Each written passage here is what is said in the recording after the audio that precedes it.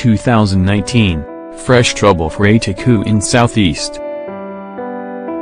Southeast political leaders are accusing the People's Democratic Party, PDP, presidential candidate, Alhaji Atiku Abubakar of reneging on some pre-convention agreements reached with him. And this is the cause of the bad blood generated in the zone by Atiku's choice of former Anambra State Governor Peter Obi as running mate for the 2019 election, the nation can now report. Particularly irked by the alleged renege Deputy Senate President Ekweremadu and some governors in the zone, sources said yesterday. Associates of the Deputy Senate President and some PDP leaders in the Southeast are already putting pressure on Ekweremadu to review his status in the party. His options are to defect from the party or remain in PDP to fight for survival.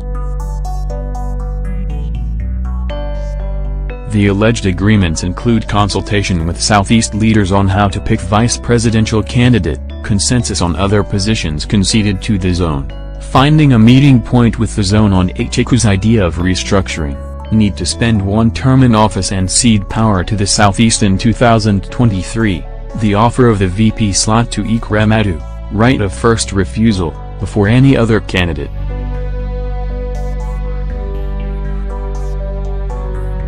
Atiku had allegedly offered Ekweremadu the vice presidential slot a year ago. Sources said the Deputy Senate President's response had always been, "Let us get the ticket first. I am interested in the Southeast being in the mainstream of power equation in Nigeria." As the PDP Port Harcourt convention approached, majority of the Southeast leaders in PDP were determined to work for Atiku.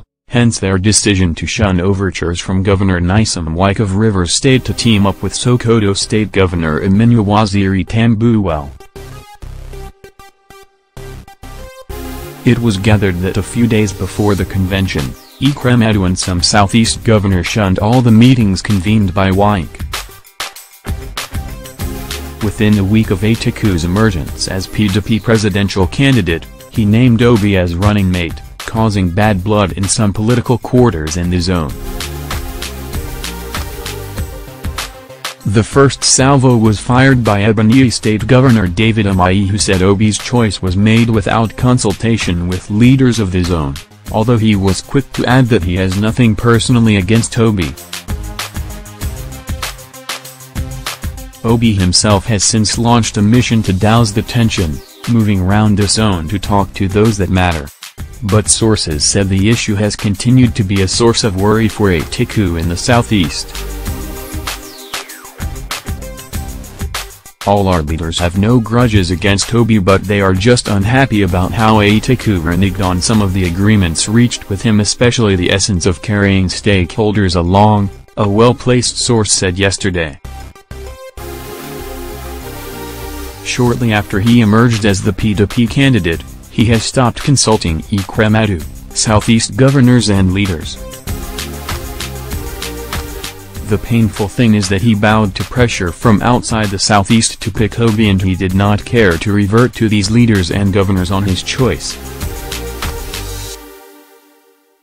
For instance, Ekweremadu, the highest-ranking political office holder in the Southeast, was not briefed and has not been briefed till today on why Obi was picked. Yet, it was Ekweremadu who coordinated and delivered the block votes from the Southeast to Atiku at the convention. The assumption is that if Atiku can treat Southeast leaders and governors in this manner as a candidate, what if he becomes the president? It is just a matter of trust. When in need, he offered Ekweremadu the position of running mate. Courtesy demands that he should have also confided in Ekweremadu before choosing Obi. Another source confirmed that following pressure from his associates and PDP leaders in the Southeast, Ekweremadu has started weighing options on his next step. Investigation revealed that the Deputy President of the Senate has to choose between remaining in PDP or defecting to prove a point that he is a force to reckon with. The third option is to remain in PDP and sabotage Atiku by entering into an alliance with President Muhammadu Buhari on a good deal for the Southeast if he is re-elected. The source added, "From the look of things, it seems there is a conspiracy within PDP to alienate Ekweremadu."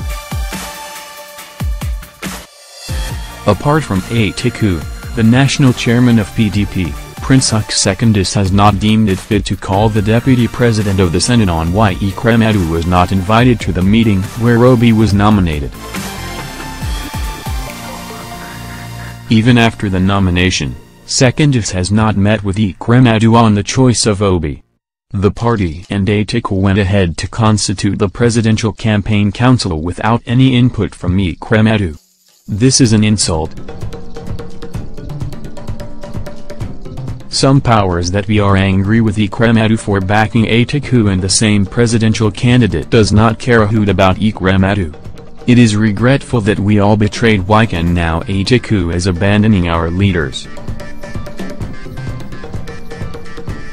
Responding to a question, the source added, "With the choice of Obi, Atiku is going about as if he has the Southeast in his pocket. Far from it, the scenario may be different during the presidential election. Atiku needs to sit down afresh with Ekweremadu and other leaders to win votes from the zone. These are matchmakers in their own right." The unfinished business includes the following: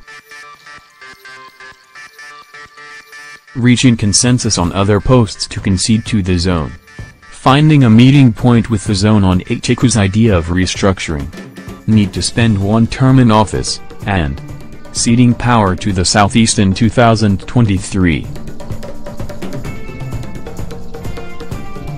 Without definite answers to these demands, Atiku should forget the backing of the Southeast. It was also gathered that Senate President Kolas Saraki, who is the Director General of the PCC, has waded into the complaints of the Southeast leaders. A PDP leader said, "I am aware that Saraki has opened up talks with Ekweremadu.